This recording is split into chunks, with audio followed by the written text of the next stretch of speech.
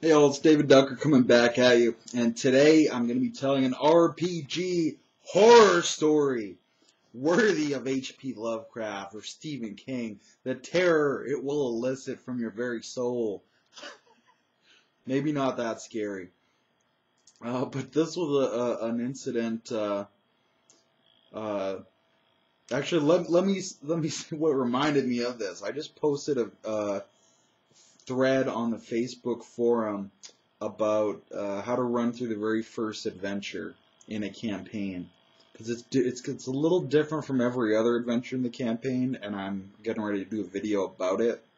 So I just thought I'd get other people's opinions in writing before I ramble about it live and on the air. But it got me remembering, talking to some of these people. Are like, oh, we all met at a tavern, and I'm like, oh, that's pretty stank. But it reminded me of this horror story, because I was talking on the forum about how you should really vet your players and have a unified theme, so everything makes sense and they flow together like members of a wolf pack, where a whole bunch of wolves show up, and of course they're going to run together. It's not like you get a wolf showing up and then you get a lion and then a hyena shows up and they just eat each other. They don't form a cohesive unit. They're all different species. You have to vet your characters. So that brought to my mind this RPG horror story.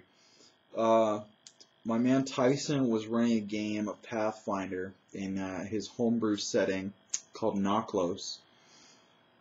Pretty strong setting, especially for kind of first time GM, or at least he had very little experience GMing. So pretty strong setting. We'd already been playing for a little while. It was like myself, Raven, Charles, and I think Josh Pullman might have been there as well. So we'd been playing for, I don't know, 2 or 3 sessions, and Aaron Kenderson was coming in. The Eternal Kender it was coming in. And I knew this was the session he was starting, so we all got there and we're kind of waiting for him to show up. And I GM for Aaron, and Aaron, of course, GM for me as well. And, I'm talking to Tyson. He's the GM, and I'm like, so Tyson, what's Aaron bringing in? What's he playing as? And Tyson looks at me like, oh, I don't know. And I look at him like in horror. I got this terrified look. I'm like, oh my god. And I'm like, what do you mean you don't know? You did pre-screen his character, didn't you? And Tyson's like, no. And I'm like, so wait a second. I'm like, wait a second, Tyson. I'm going to tell you exactly what's going to happen. Okay? Aaron's going to show up with some wonky, goofy character that doesn't fit in the setting. It makes no sense. It's going to be a joke character. It's going to be a kender. You know that, because Aaron got this nickname for a reason. Aaron Kenderson, the Eternal Kender. That's a nickname I gave him. I'm proud of that nickname. Because it's so apt. So I said, Tyson, he's going to show up with not only something wonky that doesn't work in your setting, but he's not going to fit in with the rest of the party. And he's going to be completely power gamed so that, he's invulnerable to everyone else or anything else in your setting. You need to really keep an eye on this guy, and you haven't. You just told him to do whatever he wanted to do. And he's going to show up because I know what he wants to do. He wants to play Kender. He's going to show up. He's going to be something short and hairy and ridiculous, and he's going to be pumping magic. He's either going to be a dwarf or a gnome or a halfling, and he's going to show up with either an illusionist or an enchanter, or a cleric of madness. He had one of those once as well. A mad goblin. A kender reborn in the body of a goblin.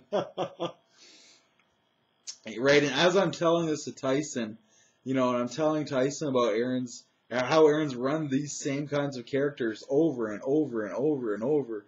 And Tyson's getting like this terrified look on his face, like, oh my god, what have I done? and by not pre-screening this guy, by letting him do whatever he wants, I've opened the floodgates for him to destroy my game. And Aaron shows up, and immediately, Tyson's like, let me see your sheet, and he takes the character sheet and he's looking at it, and he goes pale. He goes pale while he's looking at it, and I start horse laughing. I'm like, that's right, I know exactly what it is. And Aaron's like, what? I don't understand what's going on, guys. I'm laughing. Tyson has gone completely white. And, Josh is just shaking his head. Josh is very upset. Charles is confused. He doesn't know what's going on. So Tyson doesn't stop him, though. Tyson he looks at the sheet and he sees it. And I don't even ask him what it is, because I'm about to find out in the game. So he gives it back to Aaron. He lets him play it. So we start playing through. And I think we're at a castle banquet for a lord, a high lord of some sort. And, sure enough, Aaron starts launching into his description. He's like, the crowd parts, and stepping forth is a dwarf in elaborate wizard robes. I started chuckling to myself. I'm like, I told you, motherfuckers. And he's describing his beard is forked in two and it's pulled around the top of his head. Has wrapped into a turban made of his own beard. And he starts casting illusions all over the room, and he starts pickpocketing people while they're distracted by the illusions.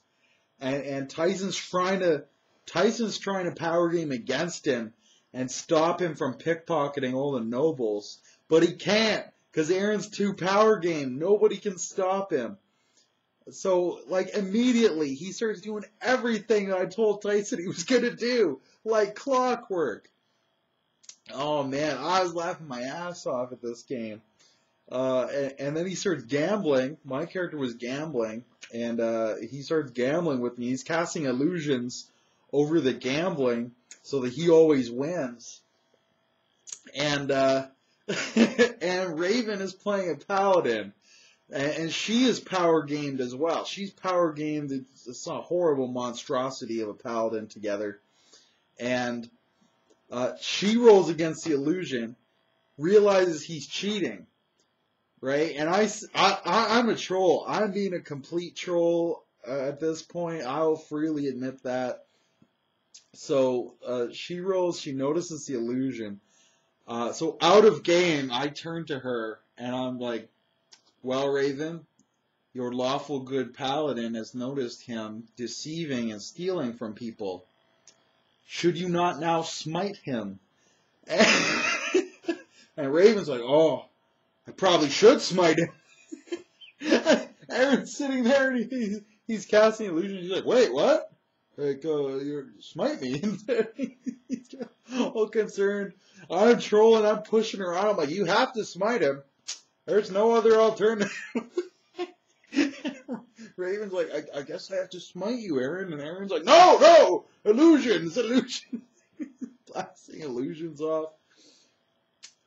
It somehow it didn't devolve into player versus player combat. I don't know how, but I was looking over at Tyson, and he's just like, oh my God, what is going on? Aaron showed up, and wonky, ridiculous character, check. Short guy, check. Power game magic, check. Disrupting the game, check. Player versus player combat, check. We got 5 out of 5. We're a 5-time kender of the year, kender of the decade. The brutality inflicted was ridiculous. Just the game-breaking potential that Aaron brings with a strong GM. This can all be countered. Unfortunately, like I said, Tyson, it was like his first campaign he's ever run in. And, naturally, being his first campaign, he wasn't coming through, bringing Thunder, who is on their first campaign. So Aaron's running roughshod, and just as Tyson's trying to get better and improve, Aaron's just smacking him down with the power game, smacking him down with the non-vetted character that doesn't fit in. So I laugh about it now. Like, I was laughing. Everyone else very upset. I was driving home with Charles in the car, and Charles was like, motherfucker, shows up, tries to break that game, and Charles is hot. His bald head is turning red with rage. I'm still laughing. But the quality of the game did drop somewhat upon Aaron entering it, sadly. Because Aaron can bring a lot to the table. It's just you gotta kind of work with him and work around him in some ways. So he's a challenging player, but he's not a disruptive or a bad player if you work with him right. You work with him the right way. I've had Aaron in my games before. I'll definitely invite him back for future games. I love to work with him in some ways. His writing skills are very, very good. Actually, my character in that game, as we continued through the campaign, my character was like the only one who's putting Aaron over. Raven hates him because she's lawful good and he's a chaos kender. Charles is just mad at him out of game for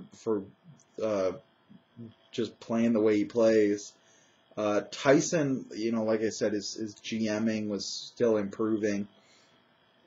So I was the one who was really trying to push on Aaron and get role playing with him and really make his character a part of the group and the party. And we had some tremendous comedic moments actually as a tag team.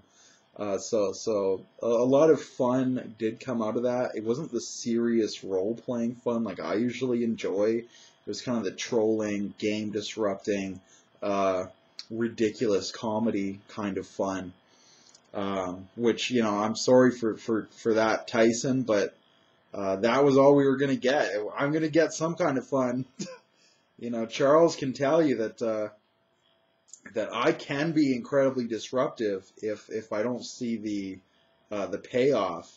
I'll make my own payoff. I'll provide disruption, unfortunately. So my behavior as a player is directly proportional to the seriousness and the quality of the game. So when the game quality is not there, I'm a terrible player to have. If unfortunately for you, not for me, I think it's hilarious. I can get some troll on. Could take a multi-classing troll. But that's my horror story for today. I'd love to hear any comments from you in YouTube land about if you know anyone who plays the same character over and over and over, or if you know anyone who's bringing that kender energy into the game. It's just being completely chaotic and unstoppable in their game-breaking potential. I hope this has been amusing to you guys. I'm laughing my ass off.